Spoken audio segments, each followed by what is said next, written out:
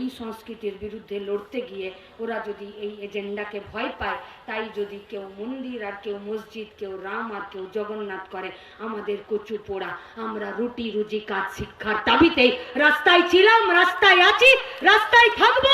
আর ভোটে ব্যালট খেয়ে নেবার জন্যে এতই যদি তোমাদের সাহস, তাহলে প্রত্যেকটা সমবায়ের ভোটে তৃণমূলের ঘটি উল্টে যাচ্ছে কেন? যাচ্ছে না? দাসপুর ঘাটালে সমবায়গুলোতে তৃণমূল বিজেপি পাক পাততে পারছে না। শিল্পাঞ্চলের কলে কারখানাতে গিয়ে খোঁজ নিন, একটা কারখানা, একটা ফ্যাক্টরি, একটা কোনো জায়গা নেই যেখানে ভেতরে ইলেকশন হয় আর সেখানে বামপন্থীরা ছাড়া আর অন্য কেউ নিজেদের টিকিট কাটতে পারে, নিজেদের ফিতেটা পর্যন্ত কাটতে পারে। আর उन लोगों को पता है कि अगर वो लोग जनवाद के ऊपर भरोसा करेंगे तो ওদের ঘটিও উল্টে যাবে, হাতে বাটিও নিয়ে রাস্তার মোড়ে দাঁড়িয়ে থাকতে হবে। তাই ওরা ভয় পায় ছাত্রদের, তাই ওরা ভয় পায় এই গোটা রাজ্যের গণতন্ত্র প্রিয় মানুষের। আপনাদের কাছে আমার শেষ আবেদন, ঘাটালের সাংসদ, তার প্রতি আমার কোনো আলাদা করে ব্যক্তি আক্রমণ বা ব্যক্তি খারাপ লাগা নেই। আরে হিরোকে কার খারাপ লাগে? এখনো বয়সটা বাড়ছে, আর একটু কম থাকলে তো হিরোদেরকে ভালোই লাগতো, খারাপ তো লাগে না। কিন্তু প্রশ্ন করুন, ঘাটালের নদীর পাশ থেকে জেসিবি করে মাটি কেটে নিয়ে চোরাপথে ট্রাক্টর ভর্তি করে যখন নিয়ে চলে যান, আপনি কেন নাকে তেল দিয়ে ঘুমান? প্রশ্ন করুন।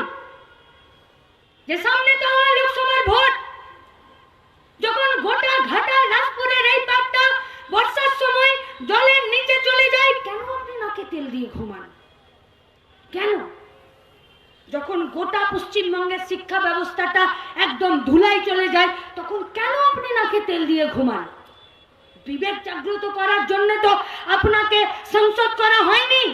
আপনাকে সংসদ করা হয়েছিল যে যে জেলা থেকে বর্ণ পরিচয়, যে জেলা থেকে ঈশ্বরচন্দ্র বিদ্যাসাগর, যে জেলা থেকে মেয়েদের স্কুল শিক্ষা, যে জেলা থেকে প্রাইমারি স্কুল শিক্ষা, যে জেলার একটা মনীষীর মধ্যে থেকে একজন বীরের মধ্য থেকে গোটা দেশে শিক্ষা ব্যবস্থার প্রবর্তন হয়, সেই জেলার একজন মানুষ হয়ে সংসদ হয়ে যখন গোটা রাজ্যে শিক্ষাকে ভেঙে তছনছ করে দিতে চাইছে, তখন আপনি কোন কোম্পানির তেল ব্যবহার করছেন ঘুমানোর জন্য?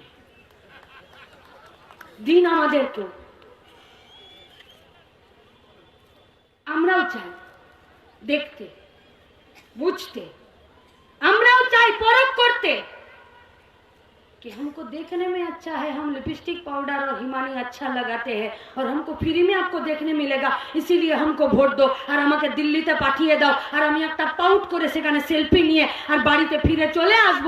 আর গোটা জেলা, গোটা সংসদ এলাকা আর গোটা এলাকার রাজ্যের মানুষের জন্য আমি একটা কুটো কেটে দুটো করব না।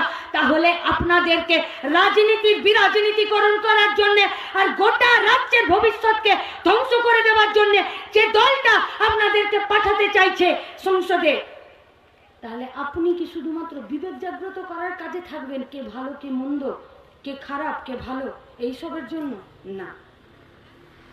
তাহলে শেষ কথা আমার আপনাদের কাছে, দেখে নিয়েছেন, বুঝেও নিচ্ছেন, জিনিসপত্রের দাম থেকে শুরু করে ওষুধপত্রের দাম, বই খাতার দাম থেকে ইলেকট্রিক বিলের দাম, কাজের জায়গা থেকে পরিযায়ী শ্রমিক, ফেরত আসা লাশ, স্কুলের বন্ধ হয়ে যাওয়া গেট, মিড ডে মিলের থালা থেকে পুষ্টি উধাও, গোটা রাজ্যের মেয়েদের পুষ্টি এবং তাদের ভবিষ্যৎ খারাপ, স্কুলের কলেজের মাস্টারমশাইদের কলার ধরে টেনে হিড়হিড় করে মার দেওয়া, পুলিশকে টেবিলের তলায় লুকোতে বাধ্য করা, মিডিয়ার লোকজনদেরকে পিটিয়ে সোজা করে দেওয়া, আর পুলিশের গাড়িতে বোম মারা, আর যদি দিল্লি থেকে লোক আসে তাহলে কেলিয়ে খেদিয়ে দেওয়া। এটাই যদি রাজ্যের সংস্কৃতি হয়, এই সংস্কৃতির বিরুদ্ধে আমরা লড়বো। আর এই সংস্কৃতির বিরুদ্ধে লড়তে গিয়ে ওরা যদি এই এজেন্ডাকে ভয় পায়, তাই যদি কেউ মন্দির আর কেউ মসজিদ, কেউ রাম আর কেউ জগন্নাথ করে, আমাদের কচু পোড়া, আমরা রুটি রুজি কাজ শিক্ষার দাবিতেই রাস্তায় ছিলাম, রাস্তায় আছি, রাস্তায় থাকবো। আর সেই রাস্তাতেই আপনাদেরকেও আমাদের পাশে এসে দাঁড়ানোর আবেদন আমরা করতে পারি। আমরা আবেদন করতে পারি যে সম্মেলন হচ্ছে, সেই সম্মেলনে আগামী দিনের লড়াইয়ের রাস্তা তৈরি হবে। যে সম্মেলন, সে সম্মেলনে কেউ পকেটের টাকা দিয়ে নেতা হতে আসেনি। নেতা হয়ে রাস্তায় থেকে সুদীপ্তর খাতাতে নাম লিখাতে পারবো কিনা তার জন্য ছটফট করে আমাদের কমরেডরা, সেই লড়াইয়ে থাকে। আমাদের কমরেডরা সেই লড়াইয়ে থাকে যে জান তো একবার যাবে, মানটা 1 নম্বরে মাথার উপরে থাকবে। তাই তো আজও রোহিতের মারা আমাদেরকে বলে পাঠায়, একটা রোহিত গেছে, অসংখ্য রোহিত রাস্তায় আছে, লড়ে যাও। তাই সেই সমস্ত রোহিত, সুদীপ্ত আর স্বপন কোলেদের বন্ধুরা, ভাইয়েরা, বোনেরা যারা রাস্তায় থাকছে, আমরা যারা বড়রা আছি, আমাদের দায়িত্ব হলো এই লড়াইকে তাদের শেষ ডেস্টিনি পর্যন্ত, তাদের শেষ গন্তব্য পর্যন্ত নিয়ে যাওয়ার জন্য তাদের সাথে থাকা, তাদের হাত ধরে রাখা, তাদের হাত না ছেড়ে দেওয়া।